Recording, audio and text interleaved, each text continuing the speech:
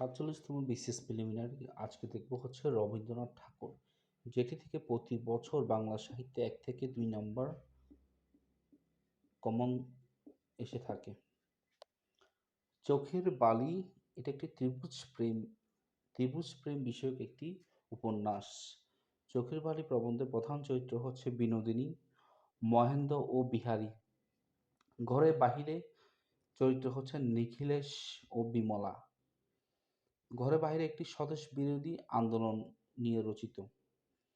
যোগাযোগ এর প্রধান চরিত্র হচ্ছে মধুসূদন ও কুমুদিনী। পোস্টমাস্টারের প্রধান চরিত্র রতন। নষ্টনীড় এর প্রধান চরিত্র হচ্ছে চারু ও অমল। ক্ষুধিত পাষাণ এর প্রধান চরিত্র মেহের আলী। রবিবার এর প্রধান চরিত্র অভিক ও বিভা। ডাকঘরের প্রধান চরিত্র অমল। পঞ্চভূত একটি রম্য রচনা। বিসর্জন একটি কাব্য নাটক। প্রধান চরিত্র হচ্ছে জয়সিংহ ও রঘুপতি। রক্তকবির একটি নাটক। প্রধান চরিত্র হচ্ছে নন্দিনী। সোনারতরী কাব্যগ্রন্থটি প্রকাশিত হয় হচ্ছে 1894 সালে।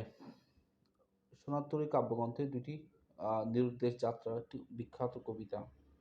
সোনারতরী একটি মাত্রাবৃত্ত ছন্দে রচিত। খেয়া কাব্যগ্রন্থটি রবীন্দ্রনাথ ঠাকুর জগদীশচন্দ্র বসুকে উৎসর্গ করেন। কথা ও কাহিনী কোথায় অন্তর্ভুক্ত হয়েছে? ২ বিঘা জমি। কথা ও কাহিনী একটা বিখ্যাত কবিতা।